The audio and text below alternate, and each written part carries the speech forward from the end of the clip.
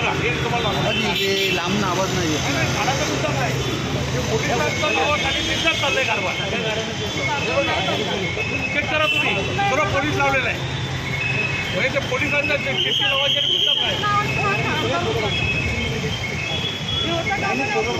आणि या four wheeler लागल्या बाकी बोललो तुम्हाला, या फोर व्हीलर त्या कोर्टाच्या फोर व्हीलर लागल्या. आज आम्ही इथे पाणी दौरा केला, त्यासाठी निमित्त मोरे साहेब होते, स्थानिक नगरसेवक, त्यानंतर पेनकर होते, मी आमचे गुटे साहेब ACP, त्यांना सगळ्यांना बोलवलं होतं आणि आमचे वॉर्ड ऑफिसर वगैरे सगळ्यांना बोलून घेतलं होतं आणि पाणी दौरा केला.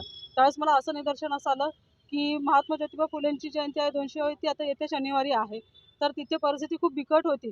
ती मी त्यांना सांगितलं की तो पूर्ण मला स्वच्छ करून पाहिजे, त्याची डागडुजी केली पाहिजे, तिथे जे पार्किंग केल्या जातात त्या गाड्या हटवल्या पाहिजेत, त्या मला तिथे नाही पाहिजेत म्हणून मी असं त्यांना सांगितलं, स्ट्रिक्टली वॉर्न केलेलं आहे. त्यानंतर जे फेरीवाले बसतात अनधिकृत आहेत तेही त्यांना काढायला सांगितलं, जिथे जिथे अनधिकृत फेरीवाले बसतात. त्यानंतर ज्या गाड्या लागल्या जातात त्या त्यांना मी काढायला सांगितलेल्या आहेत.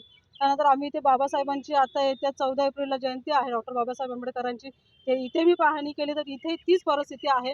गाडीवाले लागले जातात, जे अनधिकृत पार्किंग केली जाते आणि आमचं हॉस्पिटल आहे तर त्या हॉस्पिटलला जाताना ॲम्ब्युलन्स जाऊ शकत नाही अशी यांनी परिस्थिती करून ठेवलेली आहे.